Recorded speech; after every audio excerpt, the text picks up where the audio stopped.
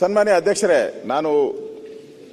ನಾನು ಆ ಸಂದರ್ಭದಲ್ಲಿ ಹೇಳ್ತಾ ಇದ್ದೆ, ಇದು ದೀರ್ಘಕಾಲದ ಒಂದು ಆರ್ಥಿಕ ಸುಸ್ಥಿತಿಯನ್ನ ಮಾಡುವಂತ ಬಡ್ಜೆಟ್ ಅಲ್ಲ, ತಕ್ಷಣದ ರಾಜಕೀಯ ಬೆನಿಫಿಟ್ಗೋಸ್ಕರ ಮಾಡಿರುವಂತ ಬಡ್ಜೆಟ್ ಇದು.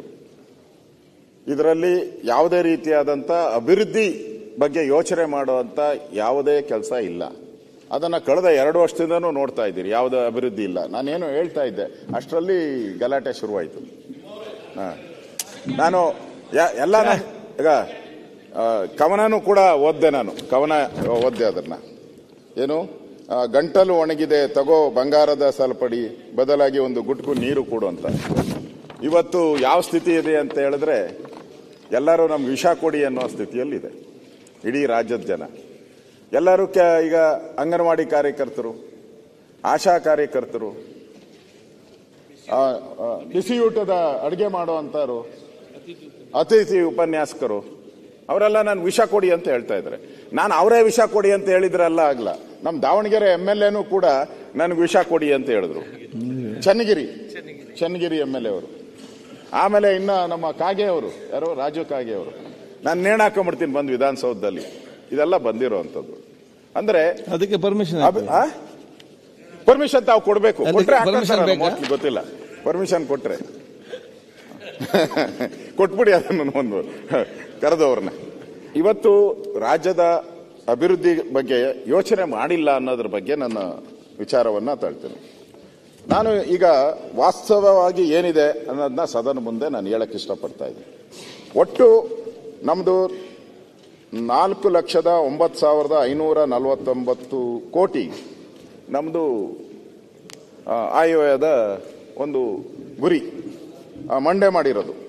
ಅದರಲ್ಲಿ ರಾಜಸ್ವ ವೆಚ್ಚ 3,11,739 ಕೋಟಿ. ಅಂದ್ರೆ ಒಟ್ಟು ವೆಚ್ಚದಲ್ಲಿ 76.1%.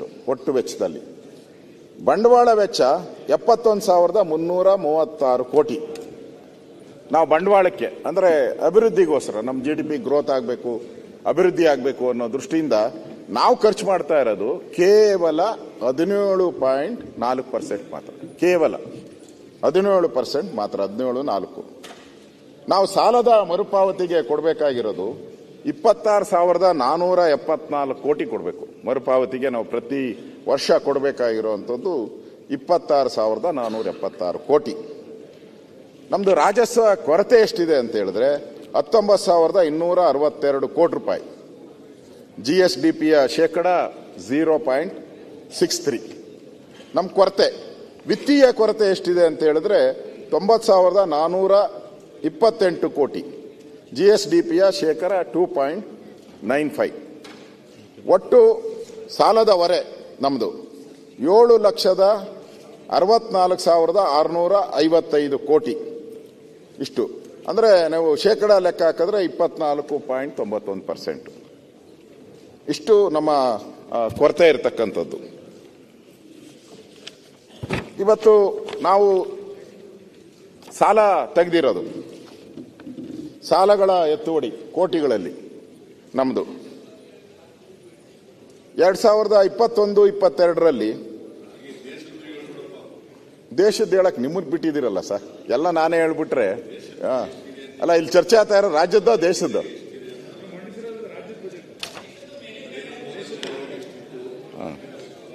ಸರ್, ನೀವು ಮಂಡಿಸಿರೋದು ರಾಜ್ಯದ್ದು, ದೇಶದ್ದೇನು ಮಂಡಿಸಿಲ್ಲ. ನೀವು ದೇಶದ್ದೇನ ಮಂಡಿಸಿದ್ರೆ ಅದ್ರ ಬಗ್ಗೆನೂ ನಾವು ಕಾಮೆಂಟ್ ಮಾಡ್ತಾ ಇದ್ರಿ. ನೋಡಿ ಸರ್, ಕೇಳಿದ್ರಿ, ಬೇರೆಯವ್ರು ಯಾರು ಕೇಳ್ತಾನೆ ಇರ್ಲಿಲ್ಲ ಸರ್. ಇಷ್ಟೊತ್ತಕ ಸೈಲೆಂಟ್ ಆಗ್ಬಿಟ್ಟಿದ್ರು. ಮುಖ್ಯಮಂತ್ರಿ ಅವ್ರು ಬಂದ್ಮೇಲೆ ಸಮಾಧಾನ ಆಯ್ತಾ ಅಶ್ವತ್ಥನಾರಾಯಣ್?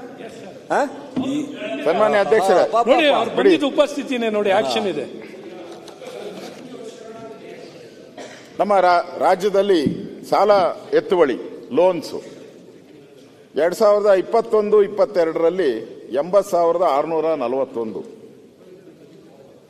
ಕೋವಿಡ್ ಬಂದಂತ ಸಂದರ್ಭ ಇಡೀ ರಾಜ್ಯದಲ್ಲಿ ಆದಾಯ ಕುಸಿತ ಆಗಿತ್ತು. 50% ಆದಾಯ ಸಿಗ್ತಾ ಇರಲಿಲ್ಲ, ಬೇರೆ ದಾರಿನೇ ಇರಲಿಲ್ಲ. ಅದು ನಮ್ಮ ರಾಜ್ಯ ಅಲ್ಲ, ಇಡೀ ದೇಶದಲ್ಲಿರೋ ಎಲ್ಲ ರಾಜ್ಯ, ಪ್ರಪಂಚದಲ್ಲಿರ್ತಕ್ಕಂಥ ಎಲ್ಲ ದೇಶಗಳು ಕೂಡ ಸಾಲಕ್ಕೆ ಮೊರೆ ಹೋಗುವಂತ ಪರಿಸ್ಥಿತಿ ಇತ್ತು. ಆಗ 21-22ರಲ್ಲಿ 80,641 ಸಾಲ ತಗೊಂಡಿದ್ರು. ಅದಾದ್ಮೇಲೆ 22-23ರಲ್ಲಿ ಕಡಿಮೆ 44,549 ಸಾಲ ಕಡಿಮೆ ಆಯಿತು. ಮತ್ತೆ ಸಿದ್ದರಾಮಯ್ಯನವರು ಎಂಟ್ರಿ ಆದಮೇಲೆ 2023-24 90,280, 24-25 1,07,606, ಈಗ 25-26ರಲ್ಲಿ 1,16,000 ಕೋಟಿ ಇಷ್ಟು ಸಾಲ. ಅಂದ್ರೆ ಕೋವಿಡ್ ಇದ್ದಾಗ ಕಡಿಮೆ ಸಾಲ, ಸಿದ್ದರಾಮಯ್ಯನವರು ಬಂದ್ಮೇಲೆ, ಸಿದ್ದರಾಮಯ್ಯನವರು ಮುಖ್ಯಮಂತ್ರಿಗಳಾಗಿ ಬಂದ ಮೇಲೆ ಏನೂ ಇಲ್ಲ, ಏನು ಪ್ರಾಬ್ಲಮ್ಸೇ ಇಲ್ಲ. ಪ್ರಾಬ್ಲಮ್ ಹೇಳಿ ನೀವು ಅದರಲ್ಲಿ ಎಕ್ಸ್ಪರ್ಟ್ ಇದ್ದಾರೆ, ನೀವು ಏನ್ ಬೇಕಾದ್ರೂ ಹೇಳಿ. ನಾನು ಹೇಳಿದ್ದೀನಿ, ನಾನು ಮಾತಾಡಕ್ ಬಿಟ್ಬಿಡಿ, 1:30 ಒಳಗೆ ಮುಗಿಸ್ಬೇಕು ಅಂತ ಹೇಳಿದ್ದಾರೆ, ಅದಕ್ಕೆ ನಾನು ಮುಗಿಸ್ತೀನಿ. ಅದು ಒಟ್ಟು ನಮ್ದೇನಾಗಿದೆ, ಈ ಬಂಡವಾಳ ವೆಚ್ಚನೂ ಕೂಡ ಬರ್ತಾ ಬರ್ತಾ ಕಡಿಮೆ ಆಗ್ತಾ ಇದೆ. ಗ್ಯಾರಂಟಿ ಯೋಜನೆನೋ ಏನೋ ಗೊತ್ತಿಲ್ಲ, ಅದು ಅವರೇ ಹೇಳಿ ಏನು ಅಂತ. ಬಂಡವಾಳ ವೆಚ್ಚನೂ ಕೂಡ 17.8% ನಿಂತಿದೆ ನಮ್ದು ವೆಚ್ಚ. ಅಂದ್ರೆ ಇದರಿಂದ ಮೂಲ ಸೌಕರ್ಯಗಳು ಏನು ಕೊಡಬೇಕಾಗಿತ್ತು, ನಾವು ಕೊಡಬೇಕಾಗಿತ್ತು, ಅದು ಕೊಡಕ್ ಆಗ್ತಾ ಇಲ್ಲ. ಯಾಕಂದ್ರೆ ಅಭಿವೃದ್ಧಿ ಎಲ್ಲಿದೆ?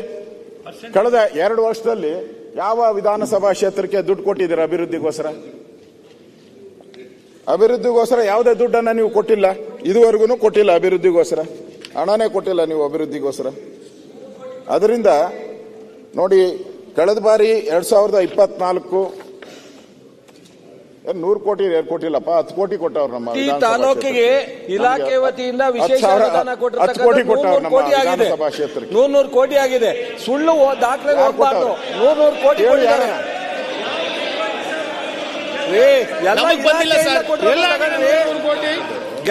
ಇಲಾಖೆ ಕೊಟ್ಟಿರೋದು ಈಗ ಸೇರಿಸ್ಕೊಡ್ಬೇಡಿ. ಇಲಾಖೆಯಿಂದ ಹೋಗಿರ್ತಕ್ಕಂಥದ್ದು ಸಹ ಅಭಿವೃದ್ಧಿ ಕೆಲಸಕ್ಕೇನೆ. ವಿಶೇಷ ಅನುದಾನ ಕೊಟ್ಟರು ಮಾತ್ರ ಅಭಿವೃದ್ಧಿ ಕೆಲಸಕ್ಕೆ ಅಂತಲ್ಲ.